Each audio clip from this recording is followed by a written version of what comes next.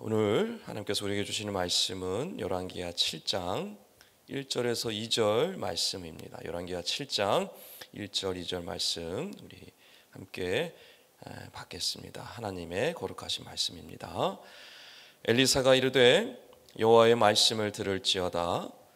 여호와께서 이르시되 내일 이맘때에 사마리아 성문에서 고운 밀가루 한 스아를 한 세겔로 매매하고 보리 두 수아를 한 세겔로 매매하리라 하셨느니라. 그때에 왕이 그의 손에 의지하는 자 곧 한 장관이 하나님의 사람에게 대답하여 이르되 여호와께서 하늘의 창을 내신들 어찌 이런 일이 있으리요 하더라. 엘리사가 이르되 네가 내 눈으로 보리라. 그러나 그것을 먹지는 못하리라 하니라. 아멘.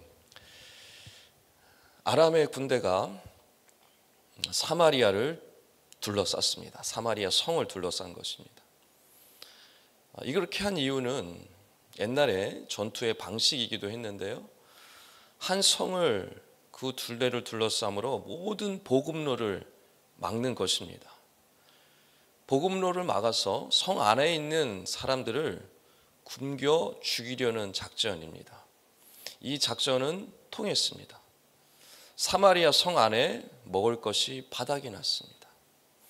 그래서 그 안에 있는 사람들이 비참한 상황에 이르게 됩니다. 열왕기하 6장의 말씀을 보면 먹을 것이 없어서 나귀 머리 하나에 은 80세겔이 되었다라고 말씀하고 있습니다. 나귀는 레위기 말씀을 보면 부정한 동물입니다. 먹을 수 없는 동물입니다. 그런데 얼마나 먹을 것이 없었으면은 나귀를 잡아서 먹었다. 그것도 나귀의 머리를 은 80세겔에 주고 사 먹었다라는 뜻이 됩니다. 은 80세겔은 당시에 노동자가 1년 동안 일해서 벌을 수 있는 돈이었습니다. 그러니까 어마어마하게 큰 돈입니다. 그 돈을 주고 나귀 머리를 사 먹을 정도였으니 비참한 상황까지 간 것입니다. 또 말씀해 보니까 비둘기 똥을 비싼 돈을 주고 사 먹었다. 성 안에 먹을 것이 하나도 남지 않은 것입니다. 굶어 죽어가는 상황이 된 것입니다. 더 비참한 것은 먹을 것이 없다 보니 사람이 극한 상황까지 가게 되니까 사람이라면 할 수 없는 일을 벌이기 시작합니다. 그것은 바로 자기 자식을 잡아먹기 시작을 한 것입니다. 정말 말도 안 되는 일이 사마리아 성에서 이루어지게 된 것입니다. 여러분, 왜 이렇게 되었을까요? 북이스라엘의 수도였던 이 사마리아, 그렇게 풍요롭던 그 땅이 왜 이렇게 비참한 상황까지 가게 된 것이었던 것일까요? 무엇 때문에? 놀랍게도 이와 같은 상황을 이미 예언하였던 말씀이 있습니다. 신명기 28장 53절의 말씀을 읽어드리겠습니다. 네가 적군에게 애워싸이고 맹렬한 공격을 받아 곤란을 당함으로 내 하나님 여호와께서 내게 주신 자녀 곧 내 몸의 소생의 살을 먹으리라. 이미 오래전에 하나님께서는 모세에게 이와 같은 예언을 주셨던 것입니다. 이스라엘 백성들이 하나님을 떠나고 하나님을 섬기지 아니하고 더 이상 하나님의 말씀에 따라 살아가지 않게 될 때, 그때 이와 같은 일이 벌어지게 될 것이다 라고 이미 모세를 통하여 예언해 주셨던 것입니다. 지금 북이스라엘이 당하고 있는 그 모든 상황들은 이미 예언되었던 것입니다. 그들은 하나님을 섬기지 않았고 하나님 말씀을 따라 살지 않았던 것입니다.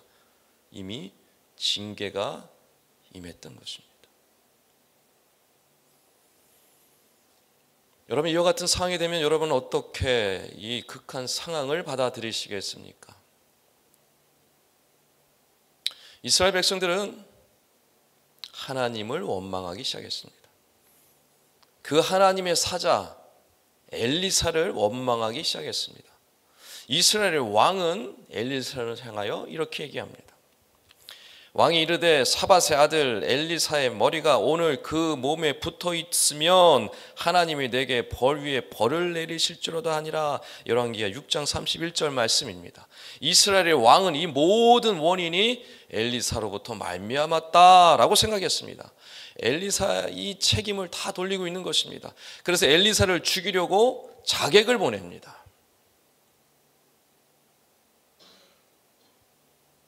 여러분, 하나님의 사람 엘리사를 원망하는 것, 모든 원인이 엘리사로 말미암았다라고 하는 것은 이미 과거에도 있었던 일입니다. 아합과 이세벨이 난리를 쳐서 이스라엘 온 백성들이 바알을 선지고 아세라를 섬길 때에 하나님이 심판하셔서 이스라엘 땅에 3년 6개월 동안 비가 내리지 않게 하셨습니다. 그때도 똑같이 아합과 이세벨은 누구를 원망했습니까? 엘리야를 원망했습니다. 엘리야를 잡아 죽이려고 했습니다. 똑같은 상황이 반복적으로 이루어지고 있는 것입니다. 이스라엘 왕, 이스라엘 백성들은 엘리사를 원망했습니다. 이 모든 책임이 엘리사로 말미암았다. 그 뒤에 있는 그 하나님을 원망한 것입니다. 여러분, 이와 같은 왕의 모습은 절망의 끝에 내몰리게 되었을 때 나오는 우리의 모습이기도 합니다. 더 이상 어찌 해볼 수 없는 상황에 처하게 되었을 때, 극한 상황의 끝에 다다랐을 때 우리는 어떻게 합니까? 이스라엘 왕같이 하나님을 원망하며 누구누구 때문이다 라고 하지 않습니까? 내 신세가 이렇게 된 것은 모두 하나님 때문이다 라고 우리는 생각을 합니다. 이처럼 우리는요, 고난의 끝에 다다랐을 때 우리의 밑바닥이 그대로 드러납니다. 우리 안에 얼마나 죄악이 가득한지, 우리가 얼마나 하나님 앞에 교만한지, 우리가 얼마나 하나님 앞에 부끄러운 연약한 존재인지가 마지막 절망의 끝에서 다 드러나게 되어 있습니다. 그 끝에 다다랐을 때 우리는 어떻게 합니까? 우리가 얼마나 하나님을 떠나 살았는지, 우리가 얼마나 하나님을 섬기지 않았는지는 다 잊어버립니다. 모든 것을 하나님 때문이라고 원망합니다. 그러나 은혜인 것은 그런 비참한 상황 가운데 처해 있는 우리에게 하나님은 구원의 손길을 베푸신다는 것입니다. 우리를 포기하지 않으십니다. 우리를 그저 징계하심으로 끝나지 않습니다. 우리를 그저 심판하시는 것으로 내몰아가지 않으십니다. 그 절망의 끝에서 우리에게 구원의 손길을 내밀어 주십니다. 오늘 하나님께서 엘리를 통해 주시는 말씀이 바로 그것입니다. 오늘 7장 1절 말씀에 이렇게 말씀하십니다. 여호와께서 말씀하시길 내일 이 맘때에 고운 밀가루 한 쌀을 한 세겔로 매매하고 보리 두 수알을 한 세겔로 매매하리라. 지금 비둘기똥을 먹는 비참한 상황인데, 자기 자식을 잡아먹는 상황인데, 하루아침에 내일이면 밀가루와 보리를 마음껏 먹을 수 있게 해주겠다라고 하나님께서 말씀해 주시는 것입니다. 여러분, 이 말씀은 여러분 어떻게 받아들여 주십니까? 가능한 일일까요? 과연 이런 일이 일어날 수 있을까요? 하루아침에. 그런데 놀랍게도 열왕기하 7장의 말씀을 보면 이 일이 어떻게 이루어지는지, 이 말도 안 되는 예언이 어떻게 성취되어지는지를 그대로 생생하게 묘사하고 있습니다. 이 구원의 약속의 말씀을 믿지 않는 한 사람이 등장합니다. 오늘 2절 말씀에 등장합니다. 한 장관, 그가 이렇게 얘기합니다. 엘리사에게, 여호와께서 하늘에 창을 내신들 어찌 이런 일이 있으리요? 이 말뜻은 하나님께서 하늘에 곡식 창고를 열어서 곡식을 쏟아 부은다고 한들 이와 같은 일이 일어날 수 있겠습니까? 라고 얘기하는 겁니다. 일어날 수 없다라는 겁니다. 불가능하다는 얘기입니다. 이런 일은 결코 일어날 수도 없다. 그러자 엘리사가 이 장관에게 얘기합니다.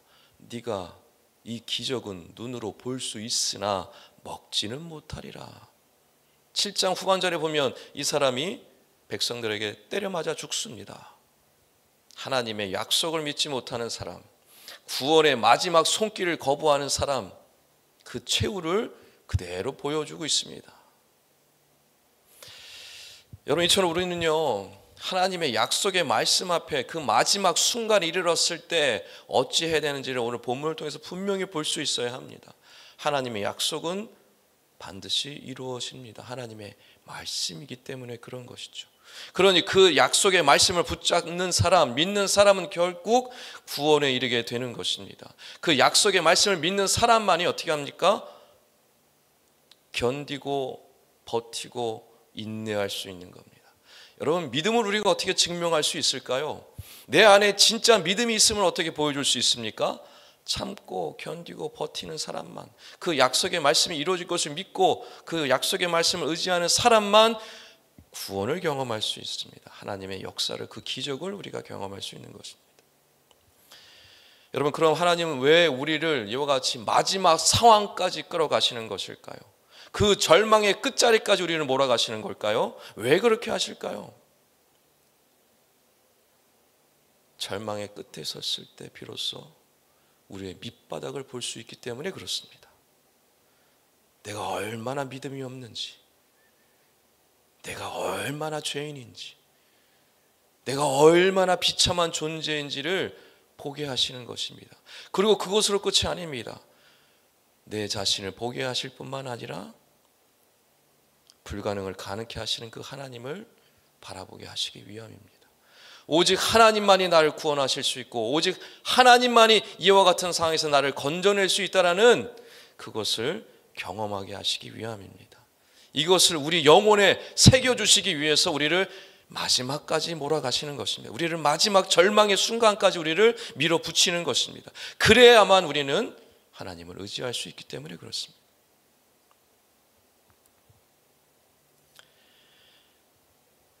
여러분, 각자의 상황 속에서 이와 같은 비참한 상황에 처할 수도 있습니다. 절망의 끝자리까지 내몰려 갈 수 있습니다.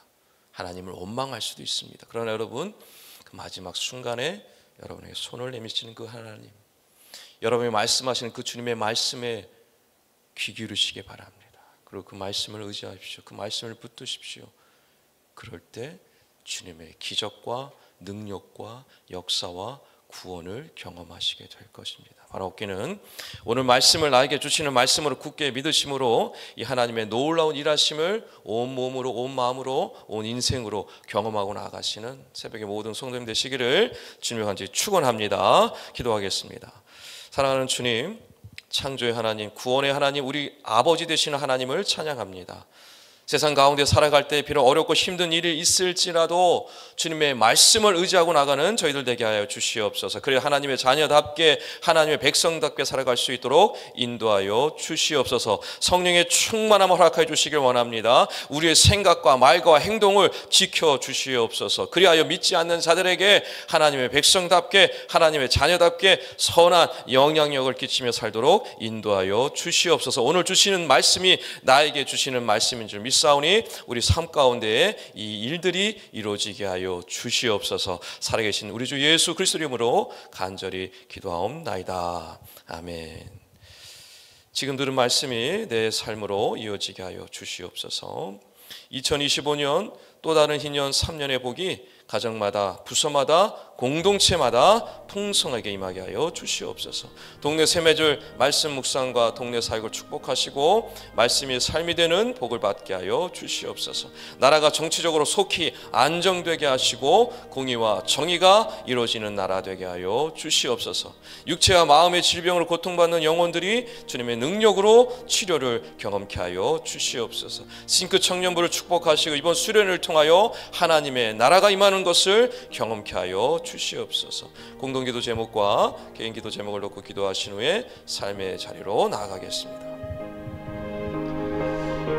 하나님 아버지, 오늘 주신 이 말씀이 나에게 주신 말씀인 줄 믿습니다. 극간의 상황이 마지막 절망의 순간에 이르기까지 하나님을 원망할 수밖에 없는 죄악된 우리의 모습을 보게 하시고 또 그 절망의 자리에서 하나님을 바라보며 의지하며 나아가게 하시는 것 감사합니다. 하나님, 이 마지막 순간 하나님의 말씀이 선포될 때에 그 말씀, 그 음성에 귀 기울이시는 우리가 되게 하시고 그 말씀을 의지하며 일어날 수 있도록, 살아날 수 있도록, 회복될 수 있도록, 구원의 역사를 경험할 수 있도록 하나님 역사하여 주시옵소서. 연약한 저희들 주님 아십니다. 주님, 우리를 끝까지 몰아가시더라도 끝까지 주님 의지하며 나가기 원하며 주님의 생명의 말씀이 우리를 살리는 말씀임을 믿고 나아갈 수 있는 귀한 믿음의 백성들을 세워나갈 수 있도록 하나님 축복하여 주시옵소서. 2025년 또 다른 3년의 복이 가정마다, 부서마다, 공동체마다